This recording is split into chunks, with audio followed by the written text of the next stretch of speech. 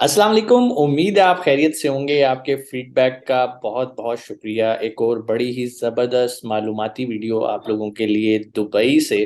आज फिर हमने फुरकान साहब से रिक्वेस्ट की कि सर आप आएँ, और जो लोगों ने हमारी वीडियोस पे क्वेश्चंस किए हैं, जो उनके कुछ तहफ़्फ़ुज़ात हैं दुबई में प्रॉपर्टी बाय करने से, तो उनको ज़रा आंसर करें ताकि उनके जहन में जो खदशात हैं वो ज़रा दूर हो जाएं। और खदशात होना ज़रूरी भी है भाई, क्योंकि आप करोड़ों रुपया लगा रहे हो और आपका पूरा राइट है चीज़ों को जानना कि चीज़ें कैसे प्रोसेस होती हैं, दुबई में किस तरह से महफूज है, वो क्या वजूहात हैं कि भाई यूरोपियंस आके वहाँ पर इन्वेस्ट कर रहे हैं और उनको कोई ख़तरा और कोई परेशानी महसूस नहीं होती। ये सारी बातें हम फुरकान साहब से पूछेंगे। अस्सलाम वालेकुम फुरकान साहब। वालेकुम सलाम। क्या हाल चाल है? अल्हम्दुलिल्लाह, आप सुनाएं, खैरियत से हैं? अल्हम्दुलिल्लाह एवन बेहतरीन। सर दड़ा दड़ा प्रॉपर्टीज बेच रहे हैं, कोई हमारे सुनने वालों को भी बताएं ना कि भाई किस तरह से वो भी अपना मुस्तकबिल महफूज कर सकते हैं दुबई में आके, और जो उनके खदशात जो हमने अभी थोड़े वीडियो से पहले भी डिस्कस किए थे, बारी बारी हम उनको डिस्कस करते हैं। सबसे पहला तो सवाल ये है कि वो लोग ये जानना चाहते हैं कि ये बिजनेस मॉडल हम कैसे स्टार्ट कर सकते हैं। इसका मतलब पहला कदम क्या होगा? एक पाकिस्तानी, एक इंडियन, एक नेपाली, एक बंगाली कैसे दुबई के अंदर प्रॉपर्टी बाय कर सकता है? हाँ, चलें इसके ऊपर बात करते हैं। अभी जस्ट मैं वैसे डीपी के ऑफिस में ही बैठा हुआ था, दुबई प्रॉपर्टीज के। तो यहाँ पर एक क्लाइंट के साथ मीटिंग थी। तो अभी जस्ट वहां से फ्री हुआ हूँ मैं, तो मैंने कहा चलें ये वाली वीडियो शेयर कर देते हैं, क्योंकि मुझे काफी इससे रिलेटेड भी, क्योंकि बहुत से पाकिस्तानी भाई जो डिफरेंट कंट्रीज से, कतर से, यूएस से, डिफरेंट कंट्रीज से मुझे कांटेक्ट करते हैं। तो पहली चीज जो होती है, जो उनके माइंड में होती है, मैंने सोचा आज उसी के ऊपर ही वीडियो बनाई जाए, उसी को डिस्कस किया जाए। क्या सारी डॉक्यूमेंटेशन होती कैसे है, क्या प्रोसेस है यहाँ पर परचेज करने का प्रॉपर्टी, क्या क्या स्टेप्स उसके अंदर इन्वॉल्व होते हैं, क्या फिजिकल प्रेजेंस हमारी जरूरी है उसके अंदर, या वर्चुअली बैठ के भी आप वहां से सारी डॉक्यूमेंटेशन कर सकते हैं। तो आज हम इस चीज के ऊपर ही बात करेंगे। तो पहली चीज तो ये है कि आप 100%, अगर आप नहीं विजिट कर सकते या कोई इस तरह की प्रॉब्लम वगैरह है कि आप नहीं यहाँ पर आ सकते, कोई आपके वर्क लाइफ की वजह से, वर्कलोड की वजह से अगर आप नहीं आ सकते, तो आप बिल्कुल वहां से भी स्टार्ट कर सकते हैं। सारी डॉक्यूमेंटेशन यहाँ पर ऑनलाइन होती है, ऑफिशियली होती है। तो आप चाहे पाकिस्तान बैठे हैं, चाहे आप यूरोप बैठे हैं, चाहे यूएस बैठे हैं, आप वहां से बिल्कुल अपना प्रोसेस स्टार्ट कर सकते हैं। और दूसरी चीज, आप अपनी प्रॉपर्टी को 100% अपने नेम पे ऑन कर सकते हैं। क्योंकि मुझे गल्फ साइड से ये थोड़ा सा कंसर्न आ रहा था कि सर हम यहाँ पर अगर प्रॉपर्टी बाय करते हैं तो क्या वो हमारे अपने नेम पे होगी, या फिर हमें कोई लोकल रेजिडेंस भी रेजिडेंट बीच में इंक्लूड करना पड़ेगा। तो यहाँ पर जो दुबई के अंदर प्रॉपर्टी आप बाय करेंगे वो 100% आपके अपने नेम के ऊपर होगी।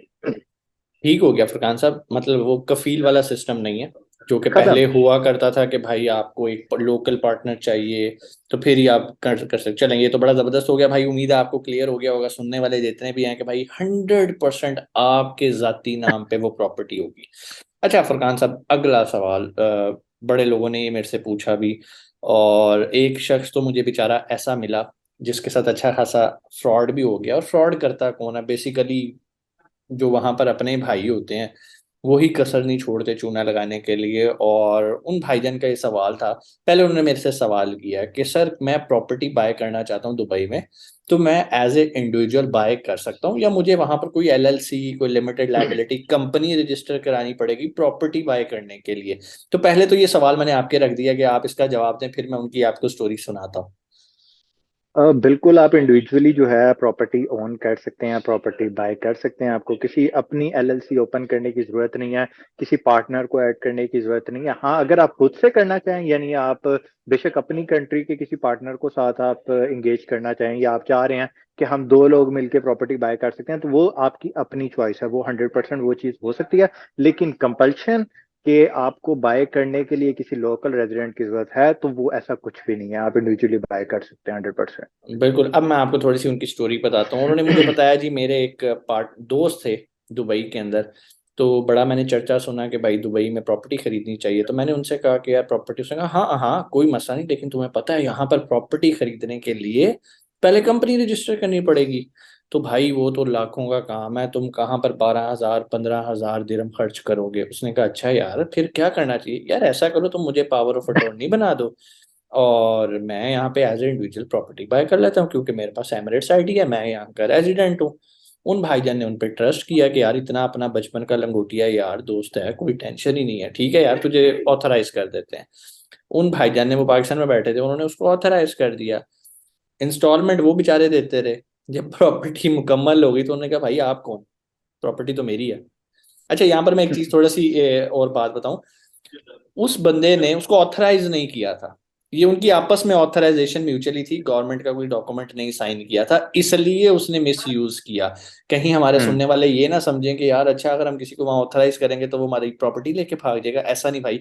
ये बिल्कुल ऐसा ही है कि मैं फुरकान साहब पे ट्रस्ट कर रहा हूँ, अच्छा फुरकान भाई ਤੇ ਇਸ ਤਰ੍ਹਾਂ ਕਰਨਾ ਹੈ ਕਿ ਤੁਸੀਂ ਖਰੀਦ ਲਓ ਤੇ ਤੁਸੀਂ ਉੱਥੇ ਦੇ रेजिडेंट हो, अपने नाल लवा लो, बाद चो ਜਦੋਂ ਵੇਚਣੀ होगी ਵੇਚ के ਮੈਨੂੰ पैसे दे देना। तो आप कहोगे ठीक है, और आपने कोई एग्रीमेंट नहीं किया, ये सरासर गलती है, ब्लंडर है बिजनेस का। याद रखिए अगर आपने किसी को ऑथराइज भी करना है तो दुबई की गवर्नमेंट बीच में इन्वॉल्व होनी चाहिए। अगर गवर्नमेंट इन्वॉल्व है और आप किसी को ऑथराइज कर रहे हो, यू आर 100% सेफ। कोई पैसे लेके आपके नहीं भाग रहा, क्योंकि वो प्रॉपर्टी आपके नाम पे है, वो बंदा सिर्फ ऑथराइज है। लेकिन जो कहानी, जो स्टोरी मैंने आपको सुनाई है, उसमें अल्टीमेटली ऑनर फुरकान साहब थे। क्योंकि फुरकान साहब देते रहे पैसे, मैं उन्हें देता रहा, लेकिन वो देते रहे, और नाम किन की थी, फुरकान साहब की। और मेरे पास चूंकि नॉलेज नहीं था, मेरे पास इल्म नहीं था कि यार मैं उसको ऑथराइज कर सकता हूँ, ऑनर मैं ही हूंगा, तो मैंने ऐसा कोई डॉक्यूमेंट बनाया नहीं फुरकान साहब के साथ। फुरकान साहब ने प्रॉपर्टी ली और उन्होंने कहा भाई आप कौन, प्रॉपर्टी मेरे नाम पे है, आप जाओ जहां मर्जी केस करो। वो केस कर ही नहीं सकता था क्योंकि वो लीगली प्रॉपर्टी का ऑनर कौन था, फुरकान साहब। उन्होंने आपस में हम्म। सिर्फ अपने एक दूसरे पे ट्रस्ट करते हुए उसको ऑथराइज करके आगे कर दिया था, लेकिन याद रखिएगा इसे ऑथराइजेशन नहीं कहते। अब ऑथराइजेशन क्या होती है ये हम फुरकान साहब से पूछते हैं, कैसे आप अपने आप को सेव कर सकते हैं। उसके अंदर ये होता है, ये अगर आप दो तरह के प्रोजेक्ट्स होते हैं, एक ऑफ प्लान प्रोजेक्ट्स होता है और दूसरा होता है जो आप सेकेंडरी मार्केट के अंदर कोई भी प्रोडक्ट बाय कर रहे हैं, आप कोई भी प्रोजेक्ट, कोई रेडी अपार्टमेंट बाय कर रहे हैं, तो उसके अंदर हमें ज्यादातर ये ऑथराइजेशन का जो मैटर है वो देखना पड़ता है। उसमें आप किसी को पावर ऑफ अटॉर्नी दे देते हो, लेकिन स्टिल उसके अंदर भी डॉक्यूमेंटेशन आपके नाम की हो रही होती है, जस्ट वो आपके बिहाफ के ऊपर जाके सारा प्रोसेस कंप्लीट कर रहा है। नाम चीज वो आपके 100%, ऐसा नहीं है कि आपको पहले उसके नाम पे करना पड़ेगा फिर उसका, नहीं, वो जस्ट आपके बिहाफ पे सारा काम कर रहा है। और ऑफ प्लान की बात की जाए, उसके अंदर तो ऑथराइजेशन की भी जरूरत नहीं पड़ती। क्यों? अच्छा। उसका मैं थोड़ा सा डॉक्यूमेंटेशन उसकी बता देता हूँ कि सारा प्रोसेस है क्या। हम्म।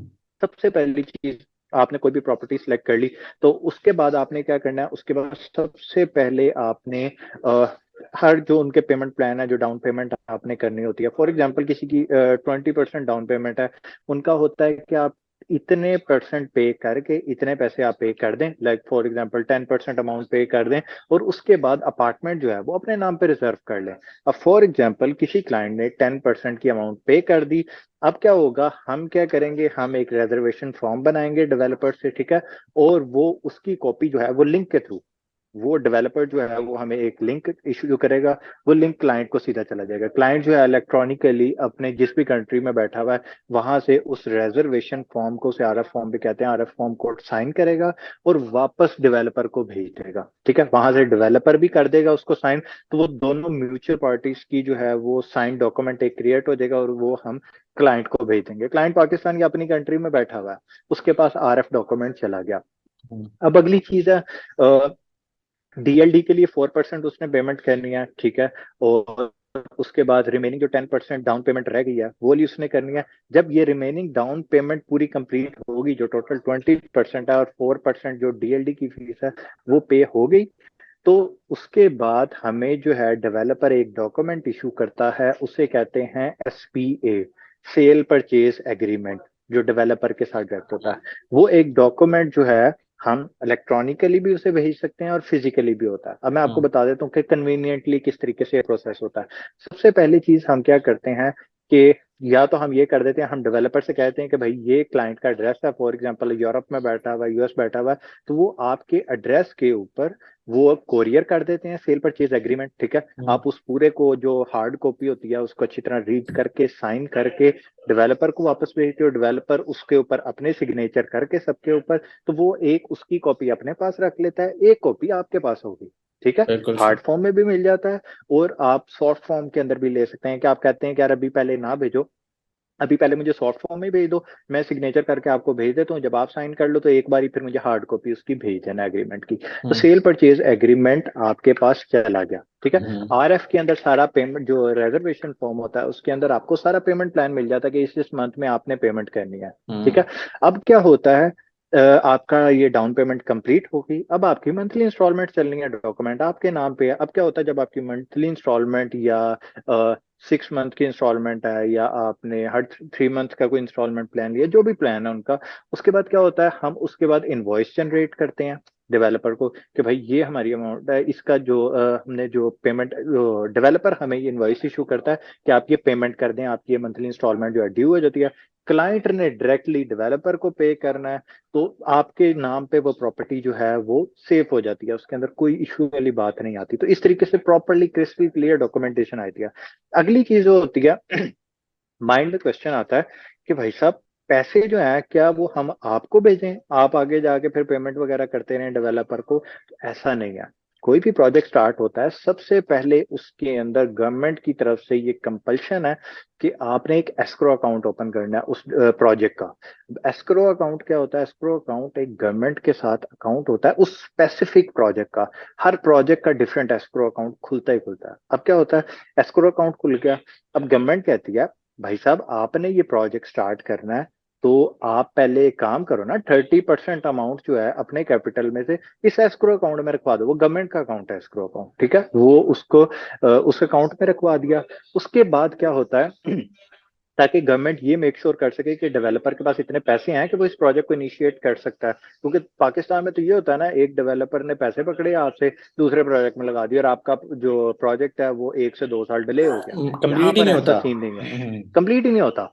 ऐसे ये वाला इस तरह का हमें केस तो, यहाँ पर क्या होता है, यहाँ पर गवर्नमेंट की तरफ से कंपल्शन है तो भाई जनाब, हमने प्रोजेक्ट स्टार्ट करना है तो पहले 30% अमाउंट इस अकाउंट के अंदर रखो। और दूसरी चीज, और जो जिससे पेमेंट आपकी 100% सिक्योर हो जाती है, आपने भी जो पेमेंट करनी होती है ना, अपनी डाउन पेमेंट या सारी इंस्टॉलमेंट पे करनी होती है, वो उस एस्क्रो अकाउंट के अंदर पे करनी होती है जो गवर्नमेंट के अंडर आता है। अब गवर्नमेंट ने उस डेवलपर को पैसे इशू करने हैं जितने परसेंट प्रोजेक्ट कंप्लीट होता जा रहा है। 30% कंप्लीट हो जाएगा तो अगले 30% के लिए गवर्नमेंट उस एस्क्रो अकाउंट में से पैसे निकाल लेगा, डेवलपर को इशू कर देगा कि लो अगला 30% कंप्लीट करो, जब 30 कंप्लीट कर लो उसके बाद दोबारा मेरे पास आना। फिर वो उस एस्क्रो अकाउंट से पैसे निकाल लेगा, फिर डेवलपर को इशू कर देगा। क्योंकि हम भी हम्म जो पेमेंट कर रहे हैं, हम डेवलपर को डायरेक्टली नहीं कर रहे हैं, हम एस्क्रो अकाउंट में पेमेंट कर रहे हैं, और हम्म वो गवर्नमेंट के अंडर आता है। और गवर्नमेंट फिर वो आहिस्ता आहिस्ता प्रोजेक्ट की कंप्लीशन के अकॉर्डिंगली वो उसको डेवलपर को इशू करती जाती है, और इस तरीके से सारा प्रोजेक्ट कंप्लीट होता है। और बहुत से डेवलपर यहाँ पर ऐसे भी हैं जो कि फॉर एग्जाम्पल उन्होंने 2 साल का कमिट किया तो वो 2 साल से पहले प्रोजेक्ट डिलीवर कर देंगे। हम्म तो ये यहाँ पर स्टैंडर्ड है सारी चीजों के, डॉक्यूमेंटेशन के हवाले से, आपकी पेमेंट के हवाले से, each and everything safe and secure. Furqan साहब बहुत शुक्रिया। बस एक लास्ट क्वेश्चन हम करेंगे, उसके बाद हम वीडियो क्लोज करते हैं, और वो है कि आपने एक वर्ड बोला, एक टर्म बोली, 4% DLD। 20% डाउन पेमेंट समझ आती है, व्हाट इज DLD? थोड़ा इसे एक्सप्लेन कर दें। DLD basically, DLD stand for Dubai land department. अब हम्म दुबई लैंड डिपार्टमेंट ने ये जो सारा आपका प्रोसीजर, सारी डॉक्यूमेंटेशन के हवाले से सारी ये प्रॉपर्टी मैनेज करनी है। क्योंकि आपके जितने भी डॉक्यूमेंट्स आते हैं ना, उसके बाद एक एप्लीकेशन होती है यहाँ पर ओकूड, गवर्नमेंट की एप्लीकेशन है। उसके अंदर आपकी सारी डॉक्यूमेंटेशन शो हो रही है कि आपका एसपीए डन हो गया, आपका आरएफ डन हो गया, आपकी इतनी इंस्टॉलमेंट्स डन हो गई हैं। वो उस गवर्नमेंट की एप्लीकेशन के अंदर शो हो रहा होता है। वो कोई फिजिकली आपको पेपर रखने की भी जरूरत नहीं है कि मेरे पास पेपर पड़े हैं मैं उसे जाके दिखाऊंगा। गवर्नमेंट की एप्लीकेशन के अंदर आपको सारा डिटेल्स अपने प्रोजेक्ट की मिल रही है। तो वो हम्म उसके लिए डीएलडी डिपार्टमेंट जो है यहाँ का, दुबई लैंड डिपार्टमेंट, वो आपसे 4% अपनी फीस चार्ज करता है, सर्विस ठीक है। चार्जेस, वो एक तरह के आपको, आपने सर्विस आपने चार्ज, एक सिक्योरिटी गार्ड रख लिया अपनी प्रॉपर्टी के सिक्योरिटी ऊपर के गार्ड भाई, रख वो लिया, वन टाइम फोर ऐसे ही है। परसेंट दे दिया, आपका प्रोजेक्ट कहीं नहीं जाता। ठीक है। हाँ, यहाँ तो हम प्रॉपर्टी टैक्स पे कर करके थक जाते हैं ना, वहां पर वन टाइम हमने पे करना है, there is no property tax, everything is clear. जी, हाँ, उम्मीद है आप लोगों को ये चीजें समझ में आई होंगी। फुरकान साहब ने बड़े आसान तरीके से बताया कि कैसे दुबई में प्रॉपर्टी खरीदना इंतहाई महफूज और सिक्योर है। अगर आप प्रॉपर चैनल से चलेंगे, किसी दोस्त यार के पीछे लगेंगे, तो आप डेफिनेटली नुकसान उठा सकते हैं। देखें, ट्रस्ट अपनी जगह पे, कारोबार अपनी जगह पे, और जब गवर्नमेंट आपको एक फैसिलिटी दे रही है तो आपको ट्रस्ट करने की क्या जरूरत है? ट्रस्ट तो आप तब किसी दोस्त यार पे करते हो जब आपको गवर्नमेंट पे ट्रस्ट नहीं होता कि यार तू जरा, मैनू तेरे ते ट्रस्ट है, तू मेरे नाम की प्रॉपर्टी खरीद ले। ये भाई सबसे बड़ा एक जुल्म है आपका अपने साथ। अपने नाम पे प्रॉपर्टी खरीदें। दुबई गवर्नमेंट आपसे नहीं पूछती पैसा कहाँ से आया, कैसा पैसा, कौन सा पैसा। आपने पैसे देने हैं, प्रॉपर्टी खरीदनी है, that's it, you are the owner of the property. किसी को बीच में घुसाने की जरूरत नहीं। मजीद मालूमात लेने के लिए, अपना बजट डिस्कस करने के लिए, आने वाले प्रोजेक्ट के बारे में मालूमात लेने के लिए, नीचे फुरकान साहब का नंबर है, आप उन्हें कॉल कर सकते हैं, व्हाट्सएप कर सकते हैं, उनके साथ डिस्कशन करें, सर मेरे पास इतना बजट है, क्या मेरे लिए कोई प्रोजेक्ट अवेलेबल है दुबई में, यूएई के अंदर। आप सारी मालूमात, कंसल्टेंसी फुरकान साहब की फ्री ऑफ कॉस्ट है। ना ही सौदा होने पर ये आपसे कोई कमीशन चार्ज करते हैं। इन्हें मिलता है डेवलपर की तरफ से, गवर्नमेंट की तरफ से, जो भी इनका प्रोसीजर है। आपसे 1 रुपया भी चार्ज नहीं किया जाता। और मजे की बात, प्राइस सेम है, चाहे जाके डेवलपर से खरीद लो, चाहे फुरकान साहब के थ्रू खरीद लो। फुरकान साहब के साथ थ्रू खरीदने का आपको जो फायदा होगा, आप डॉक्यूमेंटेशन के झंझट से बच जाओगे। ये फ्री ऑफ कॉस्ट आपकी डॉक्यूमेंटेशन करेंगे, आपका केस तैयार करेंगे, आपको कोई टेंशन लेने की जरूरत नहीं है। और भाई वो कौन सा आपसे पैसे चार्ज कर रहे हैं, आपका सारा काम फ्री ऑफ कॉस्ट कर रहे हैं। बाकी चॉइस आपकी है, आप डेवलपर से जाके डायरेक्ट खरीद लो या फुरकान साहब के थ्रू कर लो। फुरकान साहब प्रॉपर्टी कंसल्टेंट है, नीचे इनका नंबर है। मजीद तफसीलात के लिए आप उनसे डायरेक्ट रब्ता कर सकते हैं। और इंशाल्लाह एक आपसे और चीज मुलाकात। है, एक जी और जी। चीज मैं इसके अंदर ऐड करते हैं, सॉरी मैं बात काट रहा हूँ। मैं जो भी मेरे से हमारे भाई कांटेक्ट करते हैं, तो मैं उनको जो मेरे डीलिंग के तरीके कार, मैं ये नहीं उन्हें करता कि जी आप उसी टाइम में उनको प्रॉपर्टीज वगैरह सारी भेज दी या कोई मैसेजेस वगैरह रिप्लाई कर दिया। मैं उन्हें कहता हूँ नहीं, थोड़ा सा मुझे फ्री होने दें। लेट्स सपोज अगर किसी मैं उस टाइम पे किसी मीटिंग वगैरह में हूँ, तो मैं उन्हें कहता हम्म। हूँ भाई थोड़ा सा मुझे टाइम दें, घंटे दो बाद जिस टाइम मैं थोड़ा सा कन्वीनियंट होता हूँ, मैं उनके साथ कॉल पे डिस्कस करता हूँ सारी चीज, जबरदस्त। ताकि हाँ, उन्हें उनके साथ मैसेजेस पे आप नहीं सारा कन्वे कर सकते, जाहिर बात है उनको सर। पहले समझना होता है। आपकी पोजीशन को पहले मैं समझूंगा कि आप हम्म। क्या चाह रहे हो, आपकी फाइनेंशियल कंडीशन क्या है, आपकी प्रेफरेंसेस क्या है। वो जब हम्म। तक चीजें मैं नहीं समझ पाऊंगा, और वो चीजें मैसेजेस पे नहीं समझ आ सकती हम्म। प्रॉपरली। तो मैं हम्म। हमेशा यही प्रेफर करता हूँ कि मैं उनको थोड़ा टाइम देता हूँ, और बहुत से भाई मेरे हम्म। साथ ऐसे ही करते हैं, हम्म। ताकि फोन पे अच्छे तरीके से डिस्कस हो सके। आधा घंटा लें, पौना घंटा लें, घंटा लें मेरा, लेकिन आपका कॉन्सेप्ट क्लियर होना चाहिए, आपको चीज समझ आनी चाहिए, ताकि हम्म। आप जब फिर उसमें फैसला करें तो फिर आपका फैसला गलत ना हो। नहीं जी, फुरकान साहब तो बड़े जनरस हैं। मैं तो अपने टाइम के पैसे चार्ज करता हूँ, फुरकान साहब फ्री ऑफ कॉस्ट आपको टाइम देते हैं, आपको कॉल करते हैं भाई। इससे अच्छी बात नहीं हो सकती। इंशाल्लाह आपसे मुलाकात होती है अगली वीडियो में। अपना बहुत सारा ख्याल रखिएगा। पाकिस्तान जिंदाबाद।